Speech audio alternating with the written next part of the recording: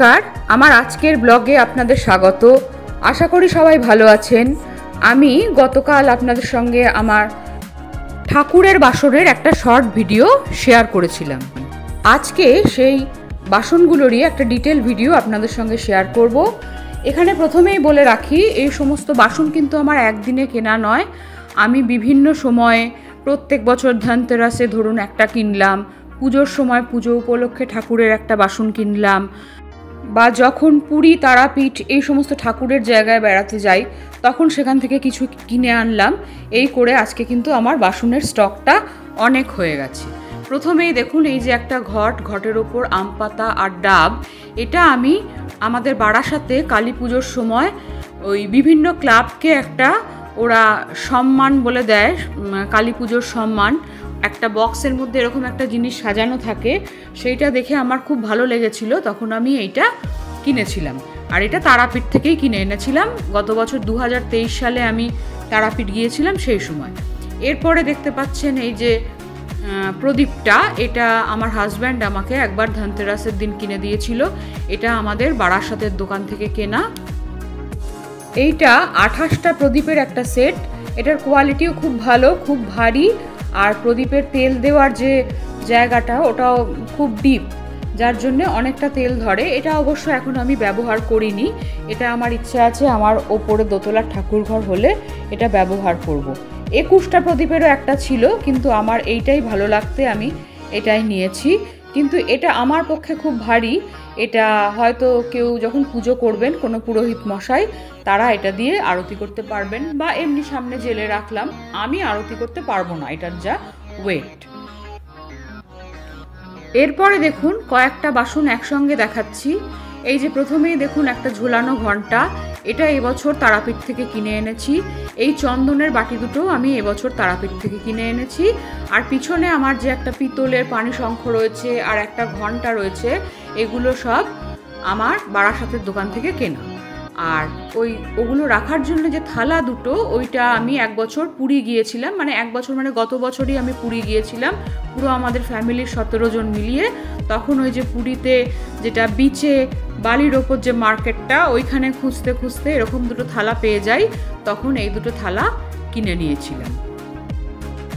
তারাপীঠে এই ঝোলানো ঘন্টাটার দাম নিয়েছে 400 টাকা।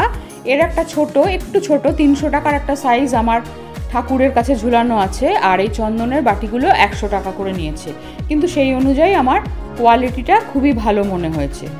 আর এছাড়া আমার আগে দুটো চন্দনের বাটি আছে, যেগুলো আমি বাড়িতে ব্যবহার করি, সেগুলোর কোয়ালিটিটা একটু এর থেকে হালকা। এরপরে দেখুন আমার 3টে স্ট্যান্ড প্রদীপ, মানে যেটাকে পিলসুচ বলে, পিলসুচ প্রদীপের সেট, যেটা আমি প্রথম ওই পিছনের দুটো এক বছর ধনতেরাসে কিনেছিলাম। এটা বেশ 7-8 বছর আগের। তার উপরে প্রদীপ দুটোও কিনেছিলাম। আর এই মাঝখানে যে ছোট সাইজেরটা, এটা আমি আমার ছোট ছেলের পৈতের সময় কিনেছিলাম। কারণ ওই বড় দুটো আমি ঠাকুরের কাজে ব্যবহার করি। ওকে অপৈতে ভাতে যখন খেতে দেব, তখন ওই একটা থালার মধ্যে সব কিছু সাজিয়ে দেব বলে এই ছোট স্ট্যান্ড প্রদীপটা, তার সাথে দুটো চন্দনের বাটি, এগুলো কিনেছিলাম। এরপর দেখুন এই যে এখানে দেখতে পাচ্ছেন একটা খুব সুন্দর পাতার মতো একটা শেপের, এটা ঠিক বাটিও নয়, আবার ছোটোখাটো একটা ওরলিও বলা যায়, এরকম একটা জিনিস। এটা এবছর আমি তারাপীঠ থেকে কিনে এনেছি। এটা আমার যত বাসন আজ পর্যন্ত কিনেছি, এটা খুবই পছন্দ হয়েছে। তার মধ্যে যেহেতু আমার বাসনগুলো ম্যাক্সিমামটাই এই ডিজাইন করা, এটা আমার তার সঙ্গে মানানসই হয়েছে। এই ধূপদানিটাও আমি 4-5 বছর আগে একবার ধনতেরাসে কিনেছিলাম। আর ডান দিকের যে আর একটা ছোটো ধূপদানি রয়েছে, ওটা গত বছর ধনতেরাসে বারাসাত থেকে কিনেছিলাম। এই পাতার মতো শেপের জিনিসটা ব্রাশের, কিন্তু পুজোর কাজে না লাগালেও আমি এটাকে ঘরে টুকটাক অল্প একটু ফুল সাজানো বা এর ওপর কিছু একটু জিনিস সাজানো, এইসব কাজে ব্যবহার করতে পারবো। যদি কিছু নাও রাখি, শুধু সিম্পল সাজিয়ে রাখলেও মনে হয় ভালো লাগবে। আমার জিনিসটা ভালো লাগছিল, তাই নিয়েছি। এরপরে দেখুন এইখানে দুটো ডিজাইন করা ঘটি দেখতে পাচ্ছেন। তার মধ্যে একটা আমার বোন রিসেন্টলি তারাপীঠে গিয়েছিল, ও একটা আমাকে এনে দিয়েছে এই বছর।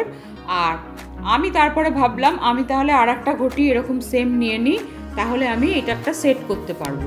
আর এই যে এর ওপরে আম পাতাগুলো কিন্তু আমার আগে নেওয়া ছিল। আর এদিকের যে বড় ঘরটা, এটা তো আপনাদের আগে বললাম আমার আগে কেনা। আর ওই ঘর দুটোয় আমি আম পাতা দিয়ে এইভাবে সাজিয়ে রেখেছি।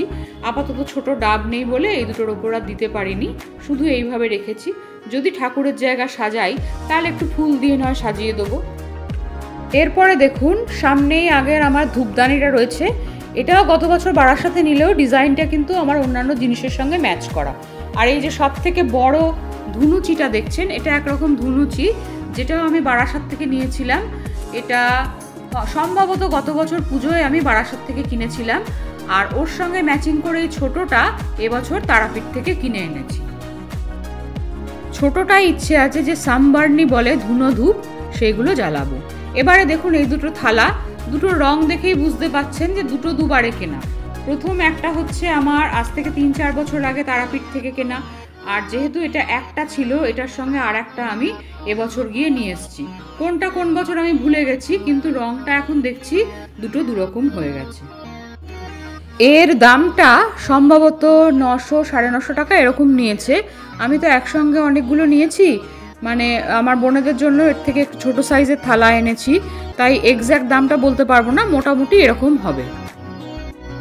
তারাপীঠে আমি দেখলাম এই ধরনের থালা 60 টাকা থেকে আরম্ভ করে প্রায় 1700 টাকা অবধি সাইজের আছে। আমার কাছে সব থেকে বড় সাইজটা এখনও নেই।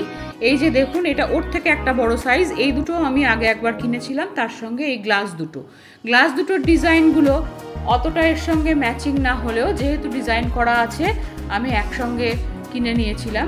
কিন্তু এবছর গিয়ে দেখলাম আমি হয়তো এই গ্লাসগুলো সম্ভবত 200 টাকা বা 220 টাকা এরকম দামে কিনেছি।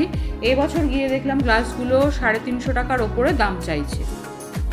আমার এই থালাগুলোর সঙ্গে মানানসই একটা প্লেন গ্লাস অনেক দিন আগে দেখেছিলাম, কিন্তু সেটা আমি পরবর্তীকালে আর কোনো জায়গাতেই গিয়ে পাই না। আমি অনেক খুঁজেছি, কিন্তু ডিজাইন করা গ্লাস বলতে এইগুলোই এবছরও ছিল, তাই আর নতুন করে নিইনি। ঠাকুরের গ্লাস তো দুটো হলেই যথেষ্ট, খুব বেশি গ্লাস তো লাগে না।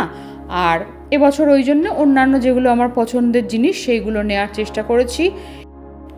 আমি আমার এই সমস্ত বাসনগুলোকে খুব ভালো করে প্লাস্টিকের প্যাকেটের মধ্যে মুড়ে রেখে দিই, যার জন্য বাসনগুলো কালো হয় না। আমি কিন্তু এর আগে এমনি কাপড়ে মুড়ে রেখে দেখেছি, তাহলেও কালো হয়ে যায়। এই যে এখানে একটা গামলা দেখতে পাচ্ছেন, এটা আমাদের বারাসাতের দোকান থেকে কেনা। বারাসাতে যে দোকান থেকে আমি বাসন কিনি ওরা বলেছিল এটা নিতে। এই গামলাটা আমি পুরীর থেকে একবার নিয়ে এসেছিলাম, এটা খুবই হালকা।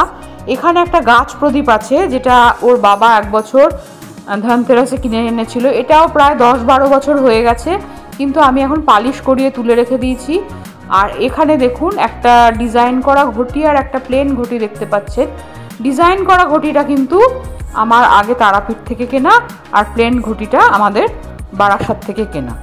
এছাড়া আমার যেগুলো পুজোয় সবসময় ব্যবহার করি, এখানে এই যে গঙ্গা জল রাখার এই একটা পাত্র, এর মধ্যে ওই চরণামৃত তৈরি করা হয়। ঠাকুরকে অল্প কিছু খেতে দিলে ওই বাটি আর চামচ আছে। আর এখানে পঞ্চপ্রদীপ আছে, একটা কর্পূরদানি আছে, একটা গঙ্গা জল রাখার যে কমণ্ডলু সেটা আছে, আর ছোট ছোট কিছু বাটি আছে। এখানে আরও দুটো চন্দনের বাটি আছে। এগুলো আমি সবসময় ব্যবহার করি। আর আমি যেগুলো সবসময় ব্যবহারের বাসন সেগুলোকেও এই যে দেখুন একটা লিকুইড আছে, এইটা দিয়ে পরিষ্কার করি। এমনি আমরা পিতাম্বরী দিয়ে তো ঠাকুরের বাসন সবসময় মাজি, কিন্তু পিতাম্বরী দিয়ে মাজার পরেও যে ঝকঝকে ব্যাপারটা সেটা কিন্তু এই পালিশটা ব্যবহার করলে খুব সহজেই বাসনে এসে যায়। এটা বাসনের দোকানে গিয়ে আমি একদিন দেখেছিলাম যে ওরা বসে বসে এটা দিয়ে পালিশ করছে, তখন এটা আমি কিনে নিয়ে এসেছিলাম।